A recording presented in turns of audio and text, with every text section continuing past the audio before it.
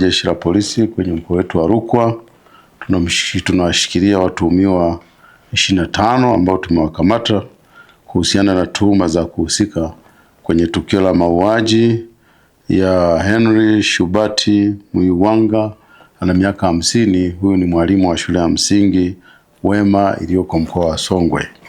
Tukio hili la mauaji limetokea jana kwa maana ya tarehe 4 mwezi Aprili mwaka 2026 majira ya saa 2:30 za usiku katika kijiji cha Kiliamatundu wilaya ya Sumbawanga.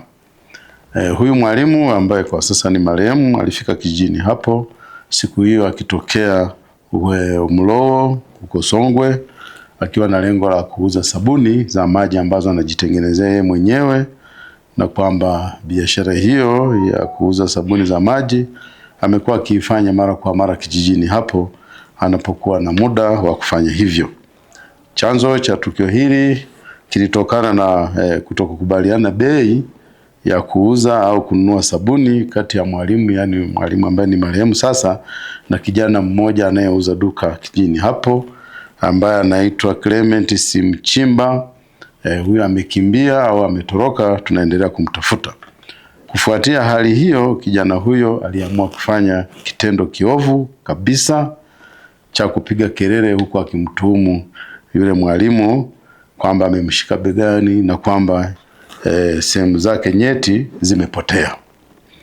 Basi kutokana na kelele za kijana huyo, wananchi walikusanyika na kuanza kumshambulia mwalimu kwa kumpiga kutumia mawe na alipopoteza maisha walichoma mwili wake kwa moto. Lakini jeshi la polisi nimesema tumewakamata hao watuhumiwa 25. Pamoja na kukamatwa kwao, msako bado mkali unaendelea ili kuhakikisha kwamba wale wote waliohusika kumshambulia mwalimu tunawakamata na kuwafikisha kwenye vyombo vingine vya kisheria. Jeshi la polisi tunatoa onyo kali kwa vitendo hivi vya kujichukulia sheria mkononi, kwani mbali tuna kwamba ni kinyume cha sheria, lakini vinaleta madhara makubwa kwa jamii ikiwemo watu kupoteza maisha, hasa wasio na hatia. Mfano huyu mwalimu sasa amepoteza maisha yake kutokana tu na kubishania bei, alafu baadaye akasingiziwa kwamba nyeti zimepotea au ameiba nyeti.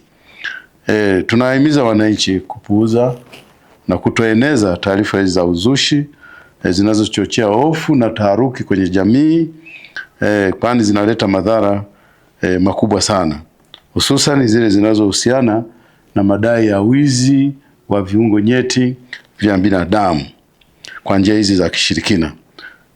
Jeshi la polisi tunaendelea kusisitiza wananchi waendelee kutupa taarifa na tuendelee kuwa na ushirikiano nao. Taarifa watupatie kwa wakati tuweze kuzifanyia kazi kwa lengo la kudumisha amani na usalama katika jamii na katika mkoa wetu.